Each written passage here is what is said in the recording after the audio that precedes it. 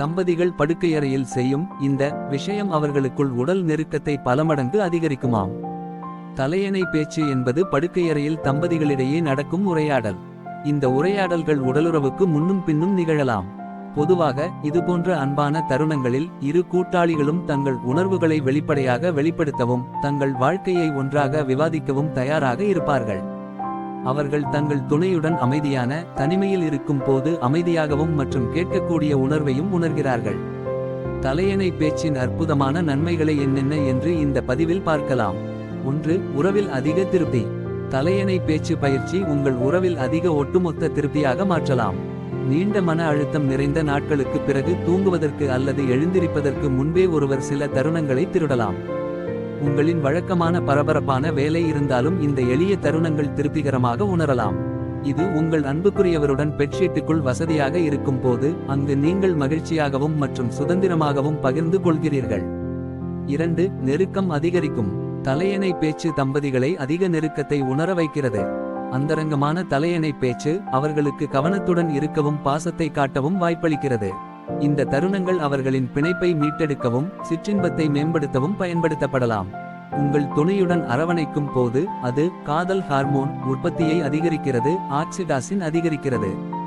இது தம்பதியர் ஒருவருக்கொருவர் மேலும் நெருக்கமாகவும் மகிழ்ச்சியாகவும் உணர உதவுகிறது. 3. துணையை பற்றி அறிந்து கொள்ள உதவுகிறது.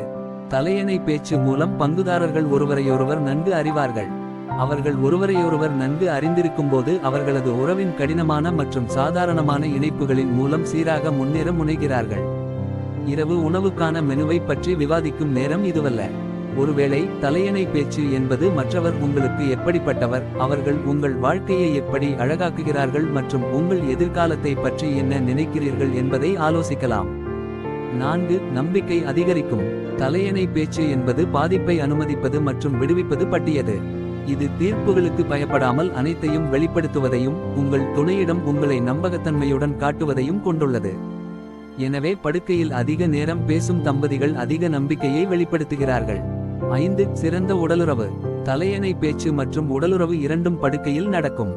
உங்கள் உரையாடல்களில் மாற்றங்கள் உள்ளன. உங்கள் துணையுடன் நெருக்கமான பரிமாற்றங்கள் செக்ஸ் உந்துதலையும் படுக்கையில் உங்கள் செயல்திறனையும் அதிகரிக்கும். நீங்கள் உணர்ச்சி ரீதியாக திருப்தி அடையும் போது உச்சக்கட்டத்தை அடையும் வாய்ப்புகள் அதிகம். உங்கள் துணையை பாராட்டுவதோடு அவர்களின் உடல் மற்றும் பாலியல் செயல்களை பாராட்டவும். தலையணை பேச்சு உடலுறவுக்கு வழிவகுக்கும் ஒரு வழி.